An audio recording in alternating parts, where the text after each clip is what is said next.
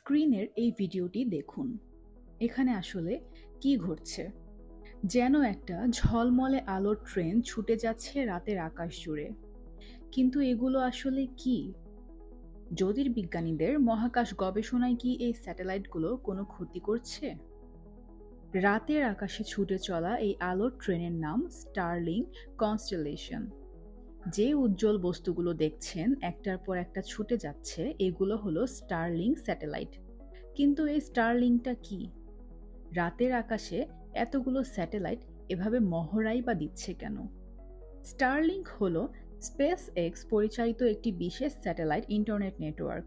Elon Musk সর্বপ্রথম এই বিশেষায়িত ইন্টারনেট ব্যবস্থার কথা প্রস্তাব করেন।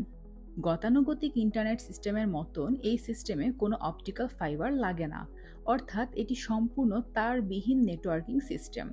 বরং অজস্র বিশেষায়িত স্যাটেলাইট ইন্টারনেট সেবা সরবরাহ করে।